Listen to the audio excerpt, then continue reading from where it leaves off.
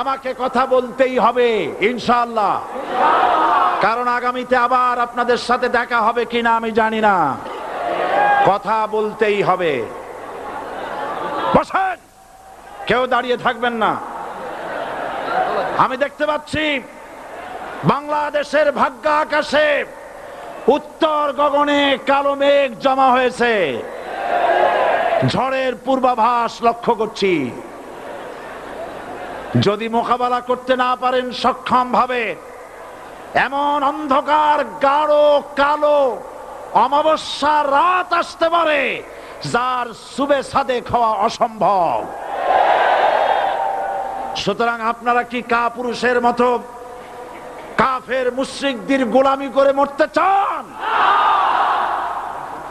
বিড়ালের মতো 500 বছর বেঁচে থাকার কোনো লাভ নাই।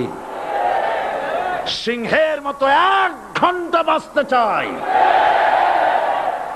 আমাদেরকে বলা হয় সাম্প্রদায়িক উস্কানিমূলক কথা নাকি আমি বলি। পত্রপত্রিকা দিছে না তারা? সাম্প্রদায়িক উস্কানি কথা, সাম্প্রদায়িক উস্কানিমূলক কথা বলি। সেই জন্যই বোধহয় শত শত মুসলিম আমাদের কাছে এসে মুসলমান হয়।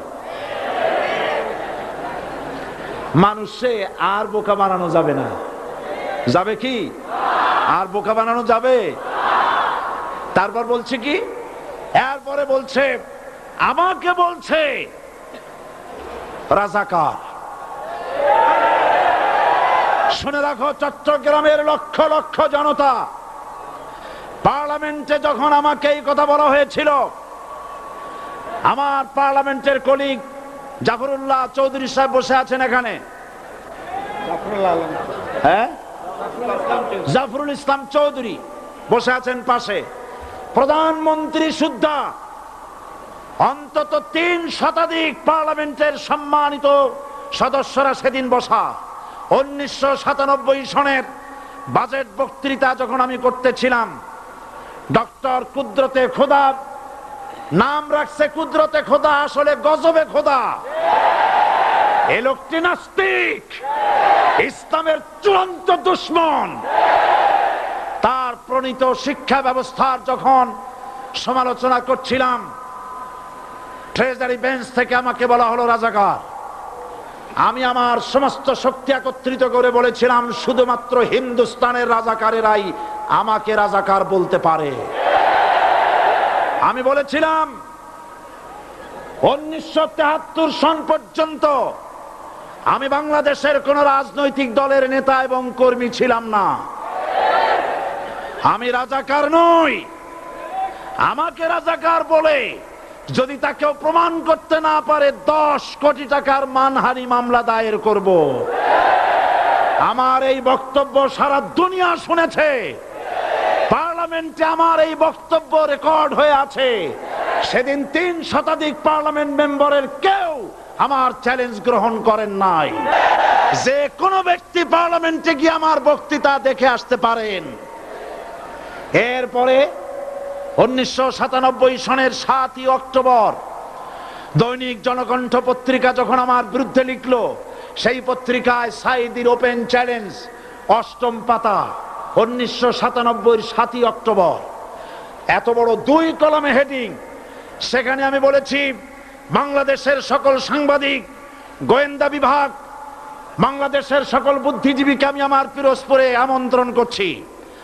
আমার উপস্থিতিতে যদি কেউ প্রমাণ করতে পারে বাংলাদেশের স্বাধীনতা যুদ্ধের বিরুদ্ধে আমার কোনো ভূমিকা ছিল, সজ্ঞানে স্বেচ্ছায় জাতীয় সংসদের সদস্য পদ থেকে পদত্যাগ করব। 3 বছর পার হয়ে গেছে, আজ পর্যন্ত কেউ এই চ্যালেঞ্জের মোকাবেলা করে নাই। সুতরাং আমাকে যারা রাজাকার বলবে তারা পিতৃ পরিচয়হীন অবৈধ সন্তান। 1971 সনের, শোনো মুসলমানেরা, 1971 সনের কোন কাদা সাইদির গায়ে লাগে নাই।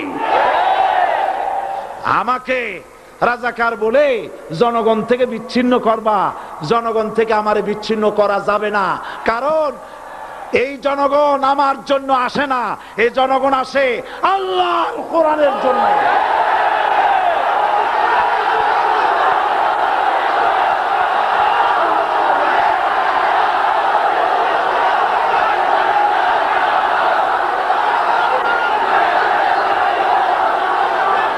আজকে আর যারা ইসলামের কথা বলে, তারাই রাজাকার, তারাই মৌলবাদী। মৌলবাদী বললে আমরা অসন্তুষ্ট হই না, কারণ মৌলবাদী শব্দটা আসছে মূল থেকে। মৌল শব্দ এসেছে মূল থেকে। মূলবাদী তার মানে যারা মূলে আছে। মূল হলো কোরআন, মূল হলো হাদিস, মূল হলেন আল্লাহ, মূল হলেন আল্লাহ রসুল। আমরা আছি মূলে। এখন বলেন তো মূলের শক্তি বেশি না আগার শক্তি বেশি? আমাদের যারা মৌলবাদী বলে ওরা হলো আগাবাদী। মূলে আছে কত কোটি? 12 কোটি। মূলে আছে কত কোটি? আর আমাদের যারা মৌলবাদী বলে ওই থাকো গাছের আগায়, আমরা মূলে। লাভালাভি বেশি করবা না, 12 কোটিতে গাছের গোড়া আসতে নানা দেবে, মামু বাড়ি দিল্লি গিয়ে পড়বা, বাংলার জমিনে জায়গা হবে না। এ কথা বিশ্বাস করো। বাংলাদেশের মুসলমানদের শরীরে এক বিন্দু রক্ত থাকতে শয়তানের তৈরি করা ধর্ম নিরপেক্ষ মতবাদ বাংলার জমিনে কায়েম হতে দেওয়া হবে না, হবে না।